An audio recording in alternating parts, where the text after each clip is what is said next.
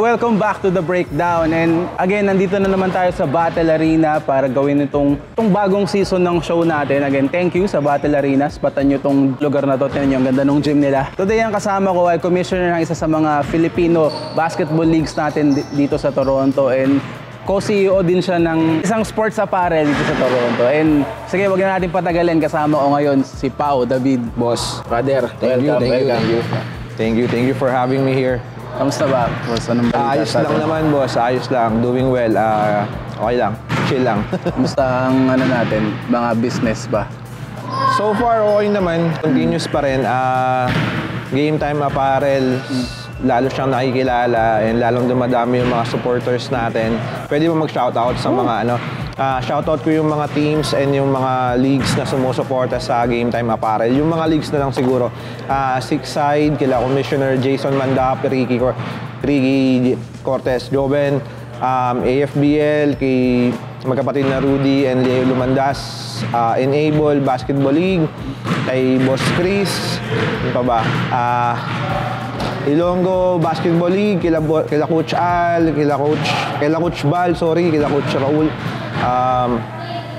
FBB, shoutout sa inyo kay Boss Sandro, Boss All-Star, Sismet, shoutout sa inyo Boss Christian, Boss Mark, Boss Fritch, lahat sa inyo lahat dyan. At sa GPBC, mga taga-golf naman, sila Boss JM, at sa lahat pa ng sumusuporta sa Game Time Apparel. Sa mga hindi ko nabanggit, sorry, pero yeah, medyo kinakabahan lang tayo. First time natin to Pero salamat sa inyo lahat.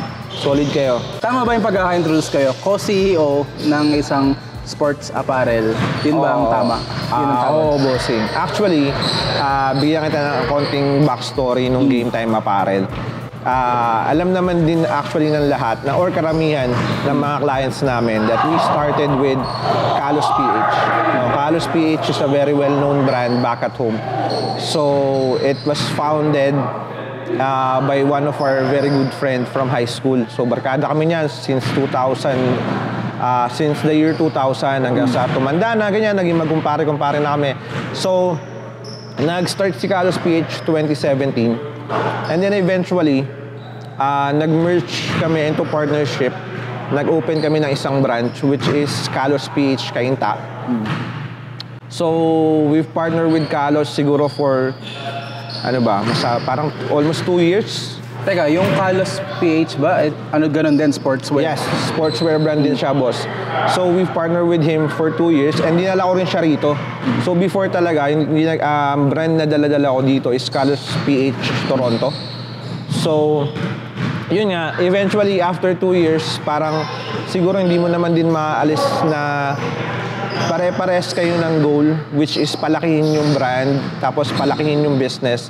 Pero parang darating yung point na though same kayo ng goal, iba-iba yung parang means or way or path na gusto nyong daanan. Ang tinutukoy mo yung kasama mo sa team na nagpapatakbo niyan, di ba? Yes, bossing. Okay. Yeah. So parang it's a mutual agreement na we go separate ways. Okay. So this year lang, 2025, we departed from Kalos PH, umalis na kami sa Kalos, and then nagbuo kami ng bago, yung Game Time Apparel. So, Game Time Apparel, ang acronym niya nga GTA.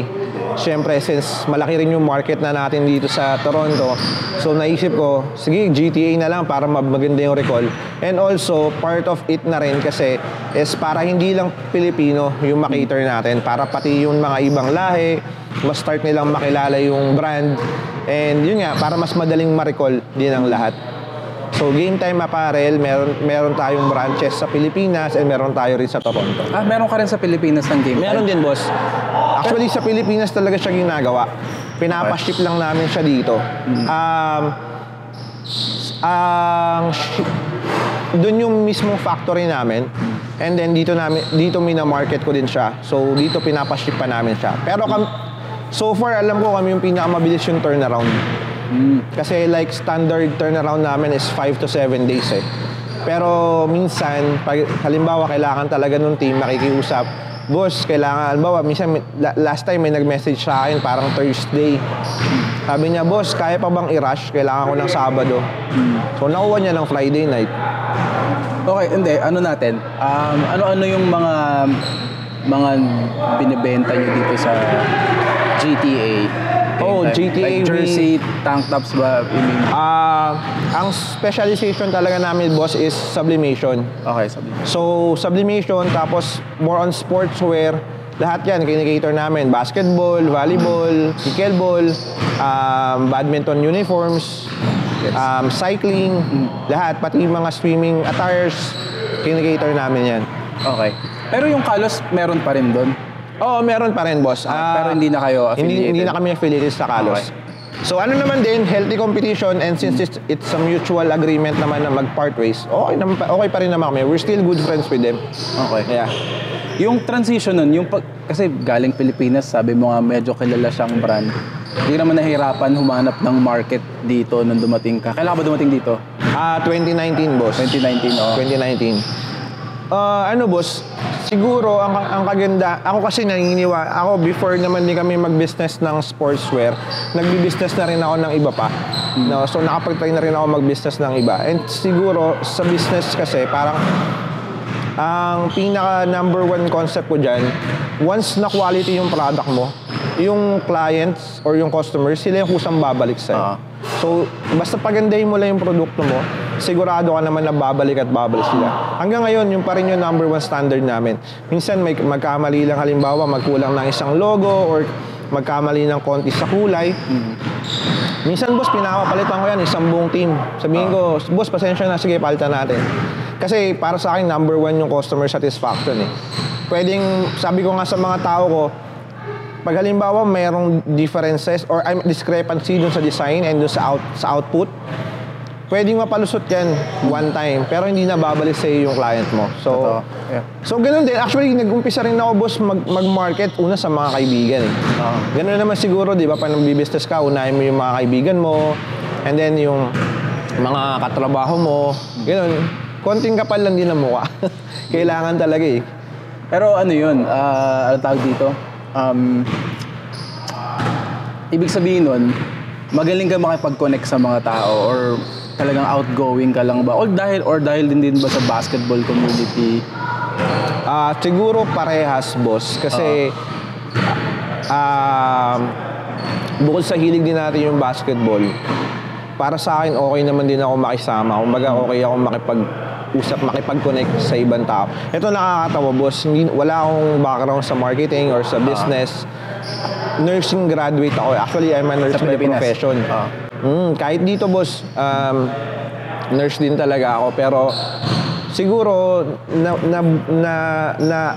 lang ako, na-train lang ako kasi yung mga magulang ko nagbi-business din before. And at a very young age, nagsa-start na rin ako yung mga maliliit na business sa Pinas, like sari-sari store or tindakan ng mga kung ano-ano sa, di ba? Sa labas tapat ng bahay. Sa kanila. Yeah, nakikita ko sa kanila.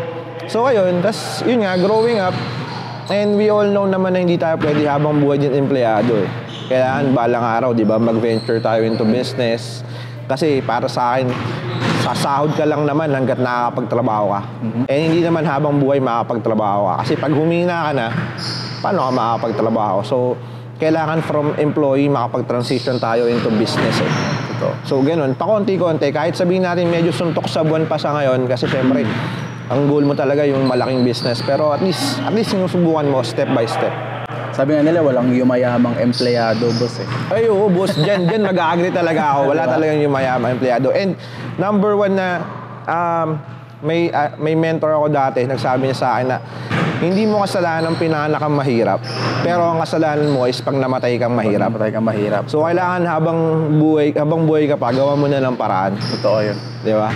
Ito, gusto ko tanong sa'yo kasi, I mean, around naman tayo sa community natin. Ang dami ring nagaganyan eh, mga sports apparel. Daming lumapit sa akin, nagpapapromote. Marami tayong tropa. Oo. Sa tingin mo, itong si Game Time, paano ka nag-stand out compared sa iba? Siguro, boss, yun nabanggit ko kanina, yung quality nung product. Unang-una yung quality ng product. Sinisigurado namin na quality siya bago namin siya ilabas sa production. Sinasabi ko nga sa mga client, minsan pag nagkaroon sila, gano'ng katagal to, ganyan-ganyan. Sabi ko, walang problema sa production nito. Basta mabigay nyo sa akin yung design, mabigay nyo sa akin yung lineup, isang araw tapos to. Pero isang araw ulit to sa quality control. Ganun katagal, boss, kasi bubusisiin namin yan, pati yung mga tahe, lahat, everything. Kung merong tabingi or what, bago namin ilabas. Though minsan, hindi namin sinasabing 100% perfect, may makakalusot pa rin. Ngayon, pag dumating naman sa client yon and then binrot up nila sa akin, every time kasi na mag-deliver ako, sinasabi ko, pakicheck nyo pa rin. And then kung meron kayong makitang discrepancy from the actual design or may mali, just let me know para at least mapalitan ko. So para sa akin, yung number one, yung quality and yung customer satisfaction na lagi namin pinopromote. And siguro sa presyo, average naman kami. Hindi kami masyadong mahal. Hindi rin namin masabing kami yung pinakamura. Kasi I know naman meron din sa market, meron na yung mga ibang lahi pa gumagawa sila mas mura talaga. Pero yun syempre, ikaw kung halimbawang $3, $2 difference, tapos bibigyan ka ng quality tsaka hindi, syempre doon ka na sa quality, di ba? And siguro third is yung fast turnaround. Yun talaga, boss, ang number one na hinahabol sa amin ng mga clients namin. Kasi nga, 5 to 7 days yung standard namin. And then, kung talagang rush, and kung yung rush naman, hindi ko pinapromise yun. Like, for example, hindi ko masasabi na, boss, sabihin mo sa akin, kailangan ko to in 3 days or 4 days. Hindi ko yun mapapromise. Pero ginagawa natin ng paraan as much as possible. And the fastest nga na we did is like 3 days. Minessage ako ng Thursday, dineliver ko ng Saturday. Yun yung pinakamabilis na nagawa namin so far. No, so parang ano yun, 3 teams, 3 teams. So, yun yung number 3, ano pa ba? Siguro yung fast turnaround and...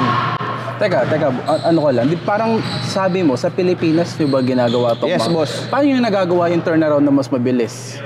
Kung galing siyang Pilipinas pa? Una sa lahat, boss, kasi sa amin siya. So, nakokontrol ko yung production. So, actually, yung ginagawa ko dyan, boss, since nagtatrabaho din ako dito, after work, so, syempre, baliktad tayo ng oras, di ba?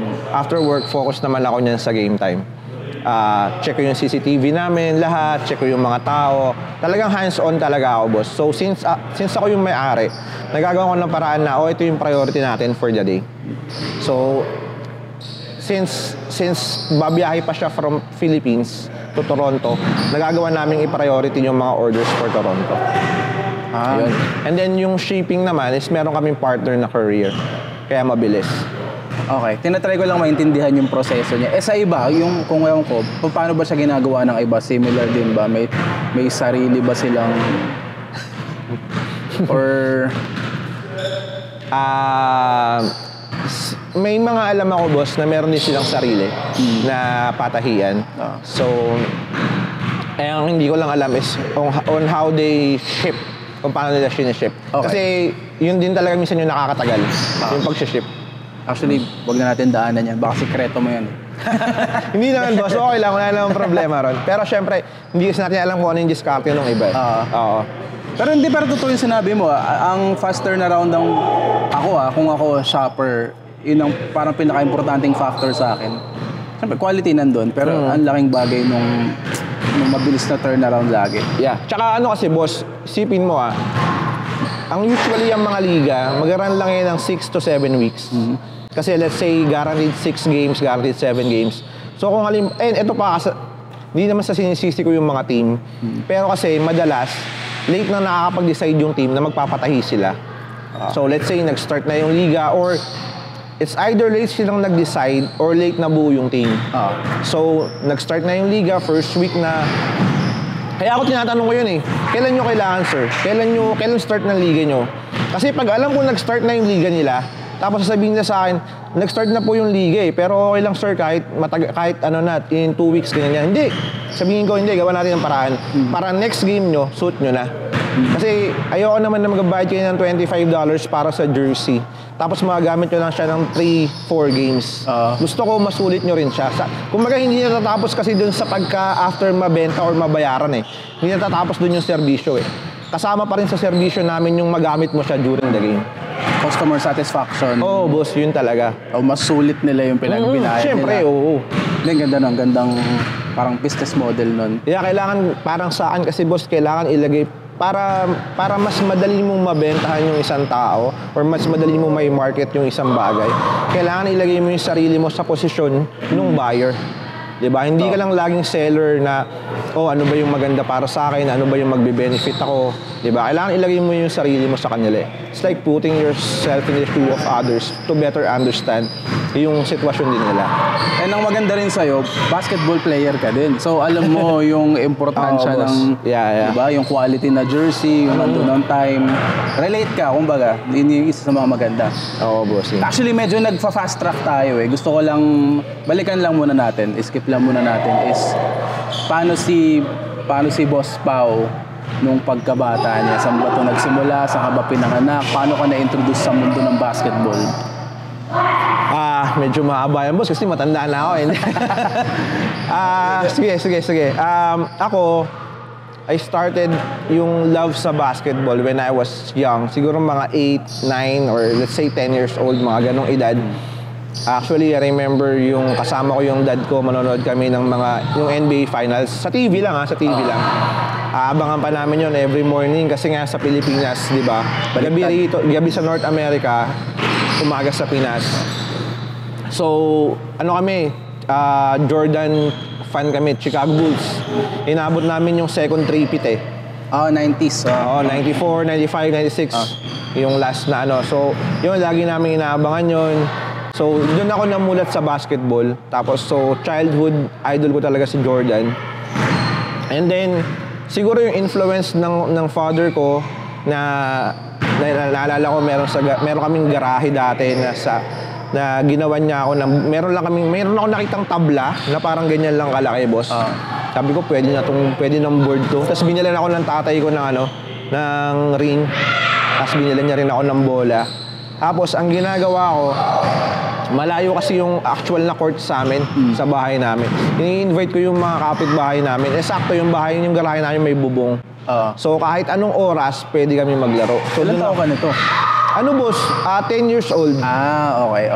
Ito nakakatawa nun eh. Kasi 10 or simula kahit nung bata pa ako, never akong sinanay ng tatay ko sa mababang ring. Talagang nilalagay niya lang. Hanggang ngayon nga yung may bumili kami nung parang court, nilagay lang sa backyard. Talagang gusto niya standard palagi. Siguro kasi, yun nga, yung greatest influence ko is yung dad ko. Kasi before, naglalaro din siya ng basketball. He used to play for his college school before. And kilala rin siya dun sa town namin, dun sa province namin, na naglalaro ng basketball. Medyo lang din parang may good and bad eh. Kasi may good kasi may mentor ka. Ang bad lang, ang parang negative lang nun is every time na may makakakita sa inyo magkasama, especially dun sa town namin sa Pampanga, pag may makakakita sa amin magkasama, tapos, anak mo, basta di ba, laki ko, kasi na ako nun parang 5'11 na ako nun eh. Anak mo, dapat kailangan magaling ka mag-basketball, gayahin mo yung papa mo. May expectations. Boss, may expectations agad. Kaya may ganun talaga. So, ayun, naging supportive naman din yung family ko sa paglalaro ko ng basketball. Every game, andyan sila. So, lumaki ka sa Pampanga? Tama. Actually, boss, born and raised ako sa Marikina. Okay. Sa Marikina talaga kami nakatira. And then, grade 5, nagkaroon kami ng financial struggle actually. And then nag-move kami ng Pampanga around grade 5. Grade 5, grade 6. Mga 11 years old, mga ganun. 12. Mga ganun, boss, 11, 12. So, doon ako mas na-expose sa basketball. Kasi sa probinsya, wala ka masyadong gagawin eh. Di ba? So, ang ginagawa lang namin noon, punta sa court, laro, ganyan. Tapos doon nga, since kilala si daddy na nagba-basketball doon, talagang parang wala na ako iniisip. Kung hindi, sige, basketball ako para gumaling din ako. Yun. Saan sa Pampanga ka ulit, boss? Guagua, boss. Guagua. Okay. Guagua. Betis, Guagua, Pampanga.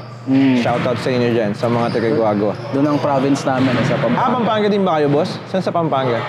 Father side ko San Fernando. Mother Fernando. side ko Angeles. Kay Pampanga pala din talaga. Hindi kaya natuto. Hindi ako. Yeah. City boy ako eh. Pero yung family nila. Meron din ako relative sa Lubao. Sa Lubao. Yeah. So puro talaga sila Kapampangan.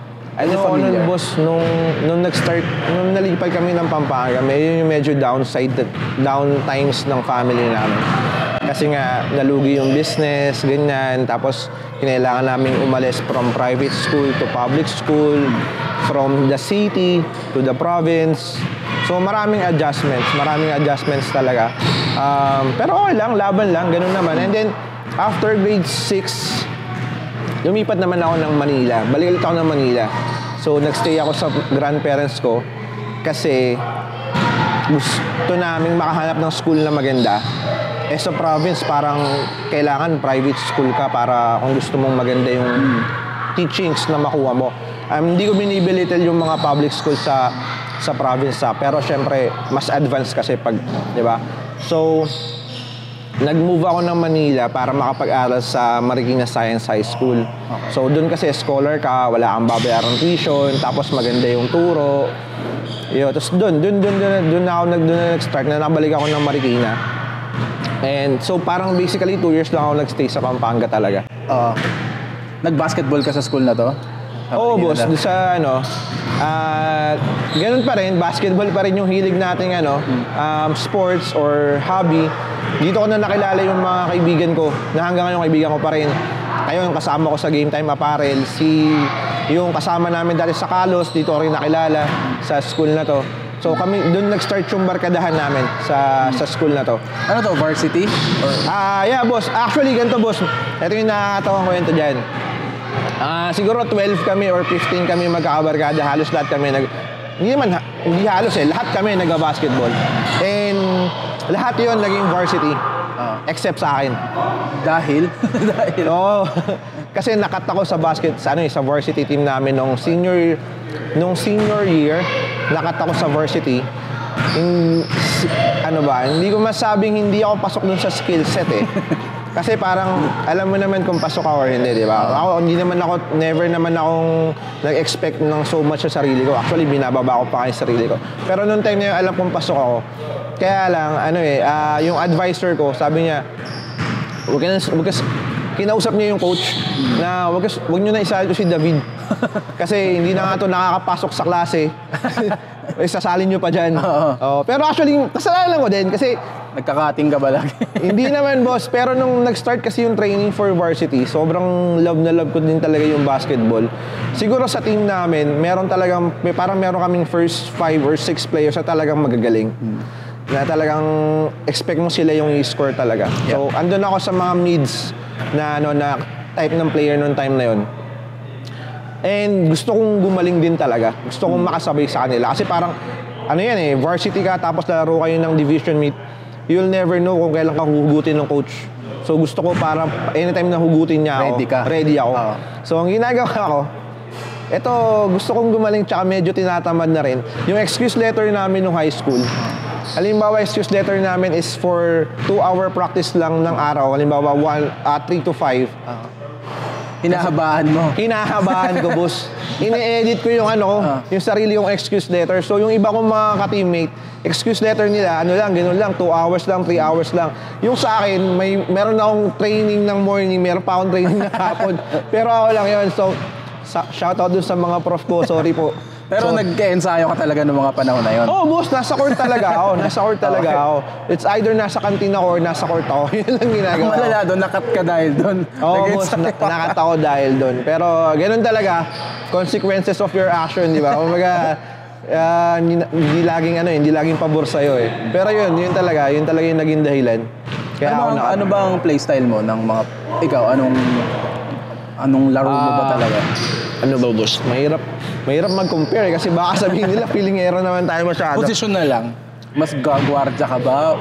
Big man? Boss, yung height ko talaga pang big man. Pero siguro sa defense tayo sa ilalim. Pero pag offense, mas sanay kasi ako ng tres. Okay, wing. Wing. 3 or 4, ganun. Tapos nung mas bata-bata, mas talagang bumabakbak tayo sa ilalim. Kasi sanay din tayo dun sa mga dayo-dayo, yung mga money game. Naglalaro ka ba sa mga barangay leagues, ganyan? Oo, kasi boss, ang laruan dun eh. nakakalaro din, gano'n. Tapos pero mas ano ako sa ano eh, yung mga pustahan, ano tayo eh, grinder tayo eh. Parang most naman sa atin, unless lumaki ka sa prestigious school, doon ka talaga magsisimula talaga, organize eh. oo. Pero kung hindi, talagang sa kalye ka talaga matututo maglaro. Oo, boss, sa kalye talaga. Tsaka doon ka matututong gumrind eh. Yung parang halimbawa, meron kang 10 piso, di ba? Tapos gusto mo siyang maging 50 para makamerienda, grind ka. So naranasan ko yan, yung mga 4-5 laro sa ilalim ng araw. Lalaro talaga kami. Sabi ko nga sa'yo, boss, dati kahit ice tubig lang eh. Ito may mga peklat ako dito. Mga kalmot yan, oh. Ano yan? Kahit sa tubig lang, pre, nagsusuntukan yung Oo, bata 5 piso lang, boss. 5 piso lang ang pustahan. Tapos, kahit 1 hour break lang. Laban yan. Kalaban namin, high school kami noon. Kalaban namin mga college. 1 hour break. Laban na yan. Ginagawa din namin yun, naka-leather shoes pa. Oo, boss. Walang pinipili. Walang Naalala ko pinipili. nun, ano eh. Ang ginagawa ko nung high school, nakikipag-shooting ako sa mga matatanda. Barya-barya. Napapakaway pa ako. Simple shooting lang. Mga tricycle driver. Yun sa amin eh. No. Nakakatawa lang. Pero going into college, nag-college ka ba sa Pilipinas? Oo, boss, nag-college pa rin ako. Sa Philippines din ako nag-college. Eto nakakatawa eh. So, nag-high school ako sa Marikina.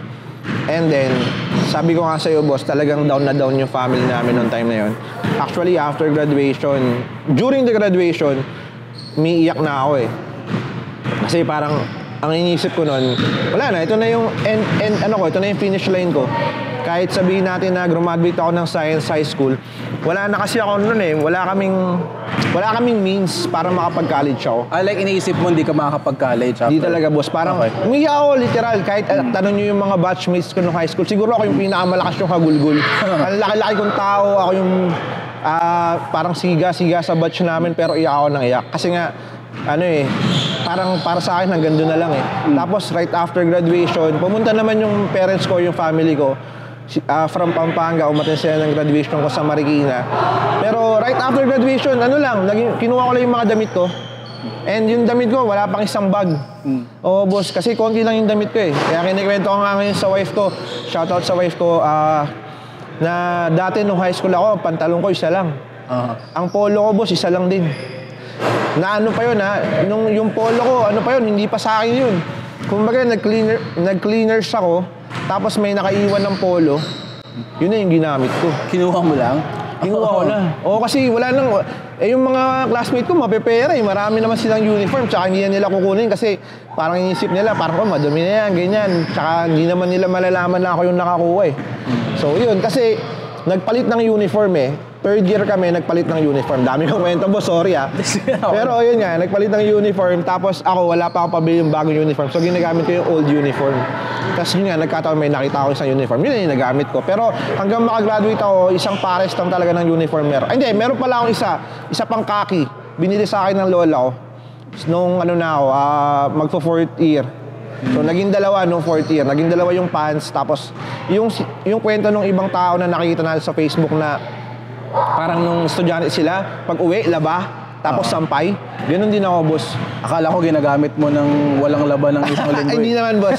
Nilalaban naman natin. Pero minsan hindi talaga may iwasan yung pagpagod ka na galing school. Tapos, iiwasan mo syempre yung malukot, di ba? So, okay pa to, sige. O kaya minsan, pagod ka, nakatulog ka, hindi mo na nalaban, syempre kinabukasan papasok ka na, no choice ka na. Pero ikaw din naglalaba? Ako din, boss. Ako din. Yung puntahan nga natin. So, ano nangyari nung iniisip mo na hindi ka na makakapag-college, na umiiyak ka nung graduation ninyo? Ano, boss, iyak lang ako. Tapos, after graduation nga, biyahe lang kami ng Pampanga. Tapos, wala talagang usap about kung ano nang mangyayari sa akin. Though, alam ko naman, nung time na yun, yung mga magulang ko, nagtatry silang gumawa ng paraan para makapag-college ako. So, luckily, meron akong relative from the US na nag-sponsor sa akin. Na sabi niya, sige, tulungan natin si Pao makapag-aral. Ang isang condition nga lang, tulungan nila ako pero kailangan nursing. Bakit kailangan nursing? Kailangan nursing yung i-take ko kasi boom yung nursing nun, boss eh. Sobrang taas ng demand sa nursing. And yung lola ko na nasa US, nurse siya. sa Chicago. So, kaya gusto niya na nursing para at least pagka-graduate ko, pwedeng makapunta ako ng US, tapos matulungan ko yung family ko. So, yun lang yung kondisyon. Kailangan nursing. Pero, all goods naman. Walang problema sa akin kasi mahalaga sa akin nun, makapag-aral lang. Pero ano ba talagang initial na gusto mo kung ikaw papipiliin? Ang gusto ko talaga, boss, maging lawyer. Okay. Lawyer or engineer. Pero wala pa rin sa business, eh, no? Wala pa rin talaga dun, eh, no? Lawyer or engineer, yun talaga yung gusto ko. Pero, ayun nga, naging nursing. Okay naman, na-enjoy ko rin naman. Ang nakakatawa nito, so, pinatapon naman ako ng Bataan. So, doon naman ako nag-aral ng nursing for 1 year. And then, eventually, may mga nangyari din na hindi maganda, na patrobol, ganyan-ganyan. So, binalik ako ng Marikina. So, pag-anan gano'n ako, boss, para ako... Saan sa Bataan ka? Balanga, nag-aral ako sa Balanga. Balanga, okay. Anong school? BPSC noon, pero BPSQ na ngayon. Okay. Bataan Peninsula State University. Alam ko yung lugar na yan. Talaga, May mga boss? kamag-anak kasi ako sa Orani. Orani, yeah. Meron lang akong mga pinsan na nag-aral dyan sa lugar. Oh, nice. Yan. Anyways, asan na tayo? College, nursing. So, bumalik ka na ng Marikina. Tapos, yun, nakakapaglaro-laro tayo ulit nun, boss, sa department lang. Yung mga ganon, interdepartment. Pero hindi na rin sa varsity ng school kasi... Ay, teka, nag-aral ka ulit sa Marikina? Nag-aral ulit ako, boss. Okay. Saang school? Pamantasan ng lungsod ng Marikina. Oo, doon naman. Tapos, kasi sobrang mura dun, eh. Sobrang mura dun, boss. And then, yun, siyempre, focus tayo sa studies natin. So, wala na masyadong basketball. Ano na lang, sa mga yung sports fest na lang, ganun. Or minsan, pag yung sa mga barkada during the weekends. Pero madalang na din. Focus sa school, dahil pinapag-aaral ka kasi, no? Pinapag-aaral ka. Siyempre, nakakaya naman kung pinag-aaral ka tapos hindi ka naman, di ba, nag-push talaga. So, ayun. Natapos mo yung nursing mo? Natapos naman din, boss. Natapos naman. Tapos, nag-board exam ako.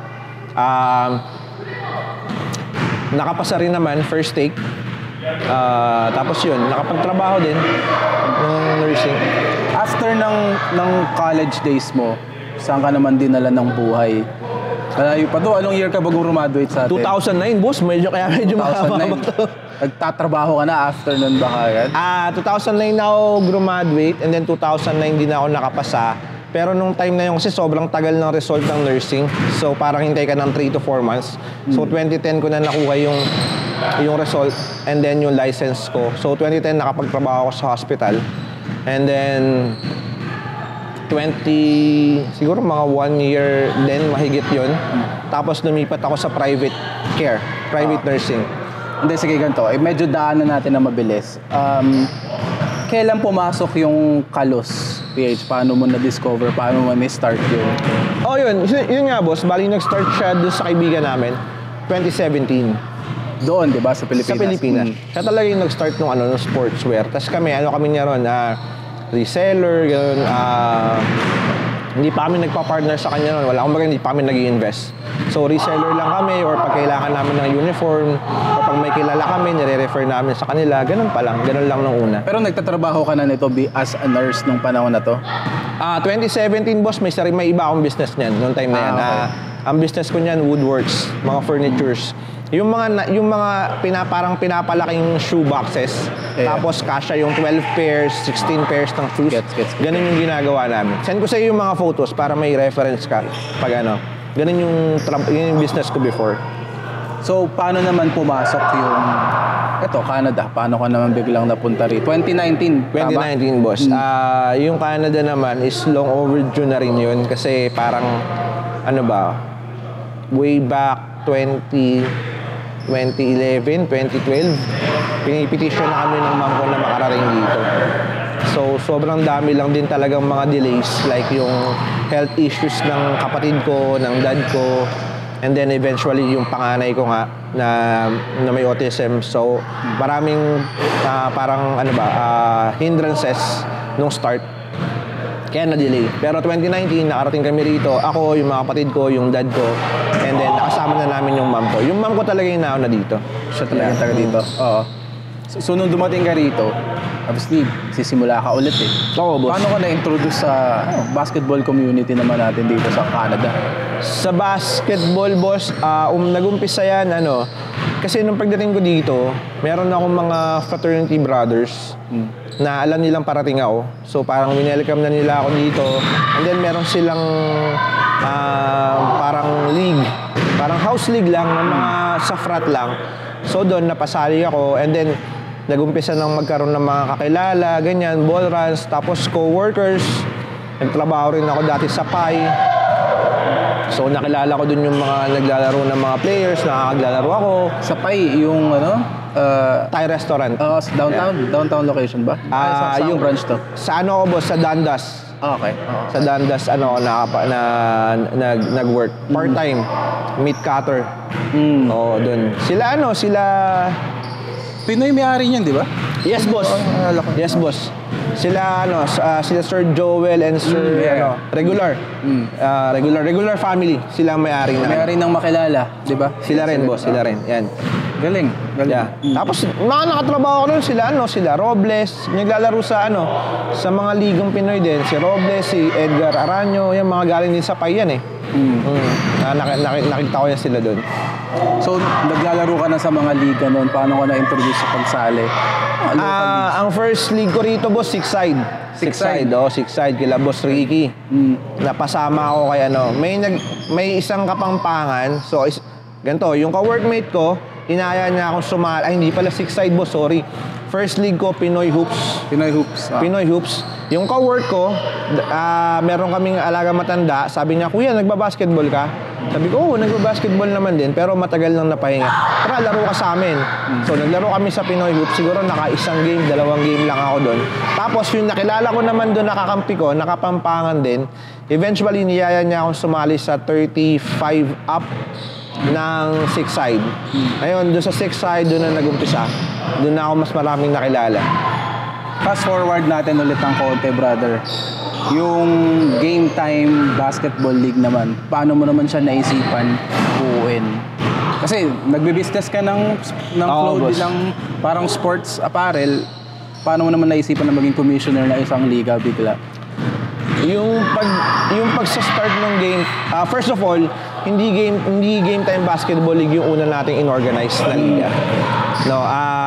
Maraming tao rin yung nakakaalam dun sa unfortunate incident na nangyari before na nadamay din ako. Yung A-Flac Basketball League. So yung A-Flac Basketball League, ginawa namin siya right after pandemic. Okay. So, nung time na yon, sumasali na ako sa ibang mga liga, and then, tulad nga yung sabi ko sa'yo, sa Six Side na pasama ako sa 35 up, doon ko nakilala yung coach namin nung time na yon. Ayoko lang sabihin yung pangalan niya, huwag na natin sabihin, no? Pwede naman. Pero AFBL, di ba? AFBL. Pero hindi yung AFBL ngayon, boss, ha? Ito yung tumakbo yung organizer. Yan yun, di ba? Alam mo rin pala, boss, no? So, yun yung tumakbo, hindi niya nagpakita. Kasama ka sa team na yon. Kasama ako sa organizer. Sa organizers, okay. Parang ako yung head committee. Okay. Ako yung head table official. So ako yung naggawa ng house rules, ako yung nagpapatakbo ng table. Kami yung kami yung committee. Kami gumagawa ng schedule. Ano nangyari doon? Paano humantong sa ganun? Kasi yun, boss eh. Una, maganda naman yung concept. Kaya ako rin siya sinamahan. Kasi nga, nung time na yon, as I was saying, maraming kaming nakikitang kulang sa mga existing league. Like for example, nung time na yon, hindi ko sure kung meron or hindi lahat is gumagamit ng 4 quarters para sa liga. Karamihan, half lang eh. First half, second half. Though, kung titingnan mo, mathematically, parehas lang. Kasi like, when you have 4 quarters na 10 minutes, 40 minutes. Sa iba naman, 2 half, 20 minutes. 40 minutes din ang total. Pero syempre, iba kasi yung napuputol eh. Diba? So, pwedeng magkaroon ng change na momentum, pwedeng makapag-shuffle ng players. And kahit anong sa natin tignan, mukha pa rin mas mahaba yung 4 quarters. Naman. So, in-introduce namin yung 4 quarters. Second, in-introduce namin yung 24-hour shot clock. So, Wala ba dating ganun? Parang wala, hindi ko boss, wala. maalala. Wala, boss, wala. Wala talaga. Yung AFB, A-FLAC Basketball League talagang unang nag-introduce nun. Okay, Oo. okay, guys. In all fairness naman sa dati nating commissioner. Oo. Actually, ako yung nag-insist nun. Sabi ko, boss, kung gagawin natin to, kailangan gawin natin siya ng tama. Oo. Na huwag na tayong gumawa lang ng league na para lang kumita tayo or para ano, ganyan. So, gusto ko yung gawin lang natin siya ng tama. So, yun nga, 24-hour shot clock. Ginawa rin namin, since 4 quarters na siya, ginawa namin standard yung team fouls bago mag-penalty. Kasi parang naalala ko dati, meron nata kami nasalihan na parang bago ka mag-penalty is 8 or 10 fouls. Pero, syempre, dahil nga 2 halves lang sila, so ganun yung count. So ginawa namin yung parang proper, na katulad na standard ba? Hindi naman proper, pero standard na kung paano nilalaro yung sa FIBA. Mas inadapt namin yung FIBA rules noong time na yun. So, fast forward, after ang ganda ng turn, ang ganda actually nung start eh. Noong time na yun, meron kaming parang 36 teams. Tapos 3 divisions. Dami, boss. Okay. 36 teams, 3 divisions, meron kaming 21 under. So ang kagandahan nun is yung mga possible pa lang na mga bata, makikita mo talaga silang maglalaro, tas kumagang mag-groom mo sila eh. Tas meron kaming 35 open division, tapos meron kaming 35 up. Tatlong divisions. Yung open divisions nun talagang kanya-kanyang buo lang. Wala pa yung pilian, walang rookie, walang starter, walang ganun, boss. Straightforward lang, age group lang. Yun lang yung ginawa namin. Tapos ayun nga lang, after 3 weeks, di na nag-umpisang magka-problema. Parang tinatanong ko siya, okay na ba yung venue natin? Kasi gagawin ko na yung schedule. Hindi na siya sumasagot. Hindi niya na ako ma-replyan. So, parang Saturday and Sunday yung games namin nun eh. Tapos bilang Friday, sabi niya sa akin, wala tayong games ngayong weekends kasi walang venue. Yun, gano'n. So parang, noong una, akala ko wala lang talagang venue. Ayun pala, walang venue kasi hindi niya na nababayaran. Kasi yung mga binayad ng mga teams na binigay sa kanya is naipangsugal. Naipangsugal, boss. Kaya, pati ito, hindi lang yung entry fee ng mga teams ang nawala. Pati yung bayad sa mga committee, sa referee, sa jersey, boss. Kahit sa jersey, kasi kami rin ang provider ng jersey nun eh. Almost parang 80% ng mga teams kami ang nag-provide ng jersey. Hindi niya rin kami nabayaran. Ano nangyari after ng incident na yun? Anong ginawa ng 36 teams na yun? Or ng mga staff? Actually, after nung incident na yun, kinasuhan, di naman. Humarap pa din ako sa mga teams. Kumbaga, nag-set ako ng date para mag-online meeting kami. Para mag-gather ko silang lahat and explain yung mga nangyari. And kumbaga sinabi ko rin sa kanila yung breakdown nung mga kumbaga kung ano pa yung mga hindi niya nababayaran, like yung mga uniforms hindi pa rin niya bayad, yung referees hindi pa niya bayad. Naalala ko nga yung isang week doon, sobrang nahiya ako kay Kuya Manny. Ako na nagbayad ng referee out of my pocket. Kasi syempre nagtrabaho sila eh. Hindi mo na pwedeng i-thank you yun, di ba? So ayun, actually yung mga teams gusto nila magdemanda. Kaya lang hindi na rin na-organize eh. Yung ibang teams parang nag-let go na lang. Pero nakakahiya talaga, boss. Sobrang nakakahiya. Pinaka-downside ko yun. Pinaka-down times ko naman yun nung andito ako sa Canada. Kasi bukod sa nalugi na ako financially, dahil maraming nawala sa akin, pati yung pagko-committee ko, hindi ako nabayaran. Ilang weeks din yun. Diba? Yung oras na nilaan mo ron. Pero yun lang, bangon lang ulit. Paano mo naman na-redeem ang sarili mo after nung experience na yun? Ay, eto bang commissioner nun? Tropa mo? Naging coach ko siya, boss. Dito ko na siya nakilala. Connected ka pa rin sa kanya ngayon? Hindi na, boss. Hindi na. Hindi. Nagtatago na rin siya sa akin. Kasi yung workplace niya is malapit lang doon sa dati namin tinitirhan. And every time na pupunta ako doon sa workplace niya, kasi parang store to eh. Pag nakita niya pumasok na ako sa entrance, nagtatago na siya doon sa likod. Oo, ganun. Ganun talaga. Involved pa rin ba siya sa basketball ngayon? Or wala na siyang... Wala na, boss. Wala na rin gustong... Kasi after nun, hindi lang pala yung league yung niloko niya. Pati yung ibang mga teams na sumasali sa ibang leagues, ganun din. Kinuha niya na ng entry fee, tapos hindi niya na naibabayad. Oh, shit. So malaking ano talaga, malaking scam yung nangyari. O kaya ngayon, wala na rin masyadong nagtitiwala din sa kanya. Hindi na siya active sa basketball scene. Huwag kayo malululong sa sugal. Oo, boss, wala magandang mapupuntahan niyang sugal. Wala talaga. Hindi yun nga, paano mo naman na-redeem ang image mo after nun? Ngayon, may ginagawa ka pa rin para sa basketball community. After ng experience na yun. Kasi involved ka dun eh. Oo, boss. Actually, kahit naman sabihin kong hindi ako tumanggap ng any amount of money na walang napunta sa akin or ano, pero hindi mo maaalis sa tao eh. Naisipin nila talaga na, kasali yun eh. Kasali yan. Si Pau, nakinabang yan dyan, tinakbo niya rin yung pera. Oo, understood yun, hindi mo maalis sa kanila yun. So, ano lang, siguro, wala namang mangyayari kung magmumukong ka lang eh. Diba? Sabi nga ni Flo G, di ba? Kailangan suntok lang tayo ng suntok eh. So, ganun lang. Tuloy lang ulit. Marami pa rin naman nagtitiwala sa ating ng mga teams sa paggawa ng jersey. So, dun lang ulit. Ang ginawa ko to make up for dun sa hassle na nangyari dun sa ibang teams. After nung incident na yon, may magpapagawa sa akin ng mga teams, binibigyan ko ng discounts para kahit paano makabawi ako sa kanila.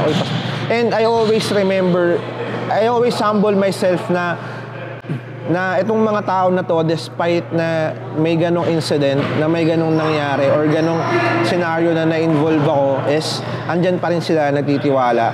So malaking thank you ko pa rin talaga, malaking pasalamat ko pa rin sa basketball community na marami pa rin na nagtiwala, marami pa rin ang sumuporta sa sportswear and ngayon sa league. So, ano pa rin talaga, kumbaga sobrang humble ko pa rin na andyan pa rin yung mga tao na sumusuporta. And nung time na yun, boss, tulad ng tanong mo, how do you redeem yourself? Mahirap talaga. Parang, kasi credibility mo yun, sa image eh. Number one yan, credibility. Ako pa naman, lagi kong sinasabi, isa lang yung pangalan natin eh. Di ba? Wala ka namang backup plan eh, na pag nasira yung pangalan mo, meron ka pa ulit na makakapag-rename ka pa. Wala nang backless passport ngayon eh. Di ba? Dati meron eh, pero ngayon wala na. So, ayun, isa lang yung pangalan natin, kailangan ingatan natin, kailangan gawin natin lahat, di ba? Para ma-redeem natin yung sarili natin kung sakaling, yun nga, na negative tayo. Ganun lang. Tapos, nagkaroon pa ng isang liga, Philcan Basketball League. Kabrad ko naman yung nag-organize, so parang tinulungan ko siya. Ang ginawa ko, yung ibang mga teams na sabi ko, baka gusto nyo sumali rito, bigyan ko na lang kayo ng discount. So parang out of my pocket na rin talaga, bigyan ko sila ng discount para makasali sila sa liga. Para makabawi lang din ako sa kanila. Ganun talaga eh, siguro, kailangan mo rin kasing, parang you only reap what you sow eh. So, kung ano naman yung tinanim mo, yun lang din naman yung aanihin mo. Kung nag-umpisa ka man sa negative, bumawi ka para at least balang araw, di ba, siguro kahit pa paano makita nila yung goodness or kindness in you. Ganun lang. So, ganda ng pagkakasabi mo nun. Pero, yun nga, paano naman umabot sa si Game Time? Game Time Basketball League. Ayan. Naisip mo na ikaw na magtatayo ng sarili mo? Oo, boss. Actually, after ni AFBL, halo eh, mix eh. May mga tao na gusto nilang, boss, magpaliga ka na ulit, ganyan. Boss, ikaw na ulit mag-organize. Since maganda nga yung naging format. Tapos, pero meron namang, alam mo yun, negative na talaga. Parang ayaw ka na kausapin eh. Mini-message mo, ayaw ka na kausapin. So, sabi ko, focus na lang muna siguro ako sa sportswear talaga, sa pagmamarket. And, so, years gone by, marami pa rin nag-i-insist na, boss, paliga, kailangan magpapaliga. Di ko, yun na, focus na lang ako sa sportswear, order na lang kayo sa akin. Di ba, wala pa akong problema, order kayo, dating yung product, bigay ko sa inyo, that's it, wala na akong problema. Tsaka sabi ko, ang dami na nagpapaliga. Logically speaking, boss, hindi ko na kailangan magpaliga. Kasi sa dami na nagpapaliga at sa dami ng teams na sumasali sa mga liga, yung business side ng Game Time or ng GTA is okay na eh. Okay na eh. Wala ka ng problema. Like, every week, 3 shipment ang dumarating sa amin. 2 to 3 shipments ang dumarating sa amin. Let's say, every shipment composed of, 4 to 5 teams ang ginagawa namin. So, okay na talaga kami ron. Etong Game Time Basketball League naman, nag-start yung concept niya as a concept of giving back lang dun sa mga clients. So initially ang ang plano dito is yung mga loyal customers or yung mga clients, magbuo tayo ng league para sa kanila. Wherein, sobrang mura ng entry fee, tapos libre na yung jersey, tapos maganda yung cash prize. Yun lang talaga. So, invitation, nung una nga boss, hindi ko siya pinopost eh. Invitation lang. Halimbawa, ikaw, like for example, sila JM, yung GPBC. In-invite ko sila through invitation lang. Message lang, ito boss, ano lang to, strictly invitation lang. Yun nga lang, eventually, syempre, siguro word of mouth, maraming nakaalam na, may nabubuong liga, ganyan. So, wala na, napilitan na kaming i-open siya sa lahat ng gustong sumali. So ngayon, open siya. We have 3 divisions. Open division 33 up and 40 up division. Okay. So wala kaming, based lang kami sa age group talaga. As same as before, wala kaming nilagay na rookie or starter. Ganun lang. Parang kanya-kanya na kayong buo, walang protestahan. Mahalaga lang, pasok ka sa edad. Wala kayong kasi yung ibang liga nagbaban ng mga magagaling na player sa isang team eh. Hindi nyo ginagawa yun? Hindi, boss eh. Wala kayong pakialam sa ganun. Kahit mag-stack sila, basta pasok sa age group. Ano kasi yan, boss? Ganito yan. Paano ko mapapaliwanag? Nothing against other leagues. I have nothing against other leagues. And in all fairness sa kanila, na ang daming magagandang liga ngayon sa Toronto, and lahat naman nag-stand out on their own, sa sarili nila. Di ba? Pero, para sa akin, siguro, kaya pinili namin walang ganong divisions, walang rookie, walang starter, or kung ano-ano man yung tawag nila. Di ba? Just because naniniwala kasi ako na yung basketball is a competitive sport. Diba? Pag tinanggal mo yung competitive side ng basketball, hindi na siya basketball. Diba? It becomes more of a hobby or larong ano na lang. Parang ito na lang boss sabihin natin may 4 na klase ng players. A, B, C, D. Diba? O sige, ganitong division, tanggal yung A. Ano matitira? B, C, D. Pero yung B, C, D, hindi pa rin naman sila pantay-pantay ng skill level. Lamang pa rin si B compare kay C tsaka kay D. So ano mangyayari? Next season, si B, sobrang lakas, tanggalin natin. Tatanggal na siya dyan. Ano matitira? C and D. Pero C and D, pantay pa rin ba? Hindi pa rin, boss, diba? Lamang pa rin si C compared kay D. At may mga bago pang players ulit or klase ng players na darating at papasok sa league. Wherein, tatanggalin. And una sa lahat, ang basketball, walang pinapanganak na magaling. Si Jordan, pinanganak ba yun na magaling? Jordan was cut in his varsity team, di ba? Alam naman natin lahat yung kwento na yan. Magaling pa nga yung kuya niya sa kanya eh. Oo, magaling pa yung kuya niya sa kanya, di ba? Pero, bakit ba gumagaling yung isang player? Kasi una, naglalaan sila ng oras. Naglalaan sila ng panahon, effort, para matuto. Like for example, hindi ko naman sinasabi na ikaw, bago ka pa nagbabasketball, lumaban ka sa mga top caliber players ng Toronto, like sila EJ Perez, Kurt Sunga. Oo, hindi ka talaga makakasabay dyan sa una. Kasi ilang taon na nagbabasketball yan eh. Ikaw, kailan ka pa lang. Pero kailangan, meron ka rin self-acceptance na, hindi ako agad makakasabay sa kanila. Ngayon, tanggap mo sa sarili mo yun. Pero kailangan, hindi mo rin nililimit yung sarili mo. Na, hanggang dito lang ako. Hindi ko kayang sumabay dyan sa mga top players. Di ba? Bakit sila ba? Nung pinanganak ba yan, top players na agad yan? Hindi. Maniwala kasi hindi. Ikaw, boss. Nagpagaling niyang mga yan. Boss. Ikaw, na-interview mo na yung mga Carl Mariano. Sino pa ba? Madami. Mga top players. Kahit si Kuya Rudy, di ba? Na-interview mo na. Hindi naman sila nag-umpisa na sila yung pinakamagagaling. Di ba? Pero, naglaan sila ng effort time. Ngayon, so ang approach mo sa ganitong sitwasyon is, okay, may malakas. Ang nangyari kasi, hindi naman talaga kasalanan ng league. Ang nangyari lang kasi wala silang choice kasi ayaw sumali ng ibang team pag may nakikitang malakas. So, ang approach mo sa ganun, pag may nakita tayong malakas na team, pagaling kayo, di ba? Mag-compete kayo. Hindi yung ayaw nyo na sumali dahil malakas yun. Boss. Actually, yan isa pa sa mga nagpahirap sa amin nung start.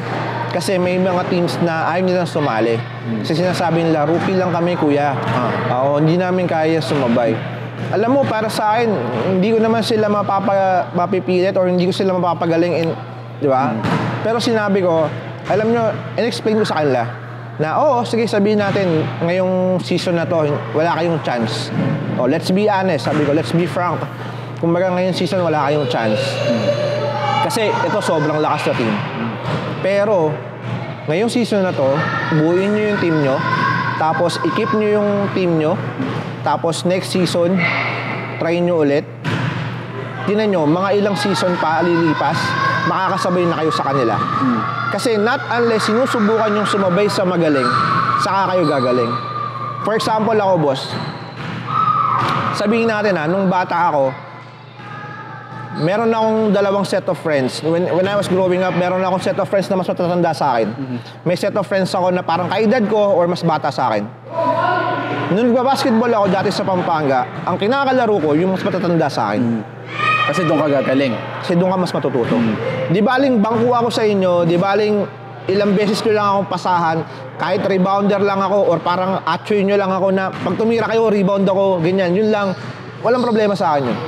Pero kaysa dun sa maglalaro ako dito sa mas bata sa akin or mas kaidadan ko lang na alam ko nung time na yun na medyo angat na ako sa kanila, wala ka nang matututunan eh. Wala ka nang matutunan. Kumbaga, hindi mo mapapalaki yung skill set mo or hindi mo mapapalawak yung skill set mo hanggat hindi mo inaalis yung sarili mo sa comfort zone mo. Totoo yan. Di ba? Parang yung excitement start outside of your comfort zone eh. Doon ka gagaling. Pagka hindi ka na komportable. Pero yung halimbawa, komportable ka pa sa mga kalaban mo kasi, dito na lang ako, mythical 5 ako palagi dito eh. Pag umangat ako dyan, baka hindi naman ako mag-shine or mag-star or hindi ako makilala, hindi ako makapag-stand out. Niloloko mo yung sarili mo. Sorry sa mga, sorry kung may masagasaan man ako, pero kung gusto nyo talagang gumaling, hindi ko sinasabi na magaling ako or professional akong basketball player, pero kumbaga sa mindset lang, di ba? Isipin mo, kung gusto mo talagang gumaling, piliin mo yung mas malakas sa'yo. Piliin mo labanan sila. Ako, boss, may nahawakan akong team before. Talagang sila yung bottom ng standing. Sa Pilipinas to, Every time na may game kami, tinatambakan 30, 40. Hindi, laban lang, training lang. Di ba? Laro lang every weekend. Tapos pagdating ng liga, laro ulit. Hanggang next season, natatalo pa rin. Pero ang tambak na lang, mga 15, 10. Bumababa yung tambak. Alam mo, boss, tuwan-tuwa yung mga players. Kasi hindi man sila nananalo, alam nila na tumataas yung level of competition nila. Nag-i-improve sila. Nag-i-improve sila. Kasi ang improvement is nag-start sa sarili mo eh. Totoo. Diba? Hindi pwedeng expect ka agad na mag-champion tayo ngayon. Diba? Kailangan, improve mo muna yung sarili mo. So hanggang nakadalawang season pa, eventually, ayun, lumalaban sila ng semis, ng finals. Ganun lang naman ang buhay. Hindi naman habang buhay, sila lang yung malakas eh. Darating din yung lakas mo. Darating din yung time mo. Di ba? Ganda ng pagkakasabi mo nun, boss. Pero ulit, boss, nothing against other leagues, nothing against other teams. O mga, kung saan kayo masaya, tuloy nyo lang yan. Kung yung mga teams, okay lang yan, walang problema. Ano lang siya, siguro to be fair na rin sa in general ng mga players sa team, syempre alam mo naman natin is yan yung approach mo sa tungkol sa bagay na yun. Pero hindi natin pwede sisihin talaga na meron talaga mga tao na ayaw talaga nila natatalo siguro or siguro, kontento na sila kung nasan sila. Hindi natin sila, we can't take that against them. Pero ang ganda ng pagkaka-explain mo nun, sobrang I think yun talaga yun eh, yung kung usapang competitiveness at sport ng basketball, parang siguro pares tayo. Ako ganyan din ako nung naglalaro ko. Siyempre, ayaw mong matatalo. And nasa sayo yun kung pag may nakakalaban akong tinalo ko, siyempre gusto kong galingan, gusto kong bawian yun. Diba? Hindi ako makukontento na nandun lang talaga ako. Pero, yeah, yun boss. I mean, maraming salamat sa oras. Siguro bago tayo magpaalam, baka meron kang gustong i-share, i-promote. Medyo nag-shoutout ka na kanina, pero kwento mo na lang kung saan kanila mahahanap or kung ano pang ginagawa mo. Una sa lahat, thank you Boss Kyle, thank you Coach Kyle sa pag-feature sa akin dito. It's an honor. Talaga, dati pinapanood ko lang kayo sa Facebook. Hindi ko akalain na makakarating ako dito. So, thank you very much and shout out sa lahat ng sumusuporta ulit sa Game Time Apparel at sa Game Time Basketball League. Nga pala, Game Time Basketball League, nasa semis na tayo ngayon. Maganda yung mga laban natin. Sa lahat ng divisions, maganda yung laban natin. Bukas na, kailan ba ano to? Anyway, basta semis na tayo ngayon and then malapit na rin yung finals. Sana stay tuned kayo. Pwede nyo i-follow yung page namin, Game Time Basketball League. Pwede nyo rin i-follow yung page namin na Game Time Apparel Toronto sa mga friends natin dyan at kamag-anak natin dyan. At supporters na nasa Pilipinas naman, Game Time Apparel Marikina, Jordan Banayad, shoutout din sa'yo, si Bump Bump. Isa sa mga kilalang hari ng money game ngayon sa Pinas, boss. And ayun, maraming salamat po ulit sa lahat na nagtitiwala and makakaasa kayo na yung tiwala nyo is hindi namin sasayangin. Mas pag-iigihan pa namin yung mga produktong ilalabas ng Game Time Apparel at yung mga pagpapaganda pa ng Game Time Basketball League. Thank you. Yun, boss, maraming salamat ulit sa pagbisita. Thank you. Kung gusto niyo ng quality ng mga sports apparel, check out nyo si Game Time Apparel. Yan, supportahan natin yung mga Filipino local businesses natin dito kasi tayo lang naman to eh. And yeah, yun lang for this episode of The Breakdown. Kita-kits tayo next week.